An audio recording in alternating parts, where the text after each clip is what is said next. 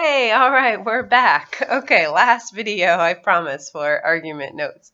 So this is a really important part. So we've got our claim, right? We have our reasons. We've put in our evidence, right? And that should be enough.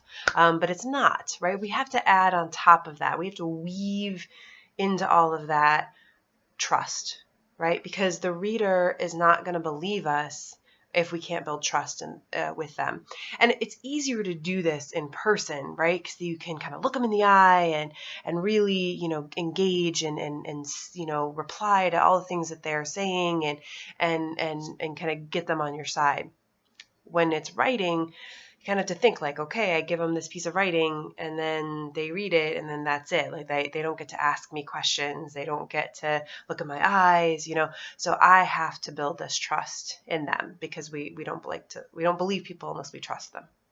So these are ways we can build trust. So first is that we must include counter arguments.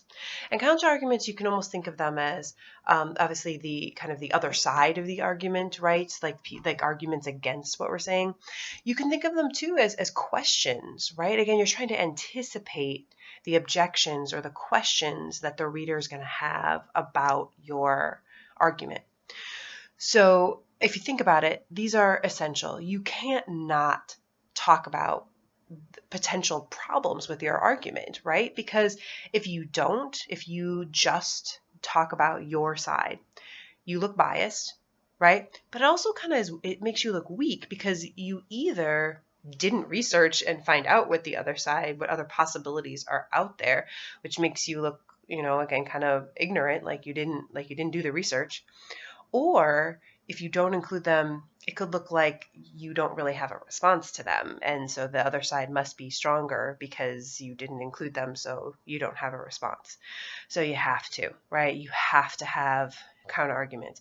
And those could be kind of weaved. It depends on what they are. They can be kind of weaved through your essay or have their own paragraph. So for example, if I'm arguing about Kevin Hart, right, and I say, his jokes are really funny and, they really make people laugh. And I talk to another comedian and he talks about why they're funny and, gives us evidence. But I have to acknowledge that there are some people who don't find his jokes funny and maybe, another comedian who gives a reason why they're not funny. I have to acknowledge that. I have to put that in my essay because, if I don't, then the reader could very well be a person who feels that way and they'll just be like, whatever, they're just not even paying attention.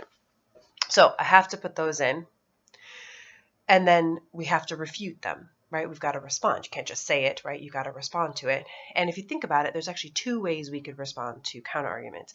We might say that they're wrong, like, no, you're wrong. That's actually not true. These are the statistics or the information to kind of back that up. Or you might say it's unimportant. That might be what I'd have to do with the Kevin Hart example, right? Like, okay, well, that is true. That is true that some people don't find his jokes funny. However, I might say that's a small minority of people, right? That his popularity and the number of people and how he shows up everywhere, that in the end, so yeah, there might be people who find him not funny, but if you look at the numbers, it kind of sounds like that's a small percent. So that's not a good enough reason to say that he's not one of the best comedians.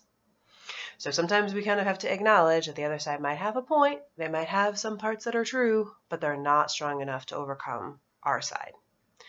Okay, so that's best big way to build trust. But then if you flip your page over or go to the next page, there's three more things that hopefully you've seen these words before, but if it's been a while, ethos, logos, and pathos. So these are appeals. These are ways that we appeal to our audience, right? Again, we don't have the eyes or the hands, whatever that we might do in person or the tone of voice. So we have to do our tone of voice and our appeals in our writing. So ethos, logos, pathos. Ethos, tricky one to remember. I try to think of the E as expertise, sometimes it's ethics, but really what it stands for is credibility. It's your credibility as an author, right? I need to prove that I have the expertise, the ethics, the credibility that you should trust what I'm saying.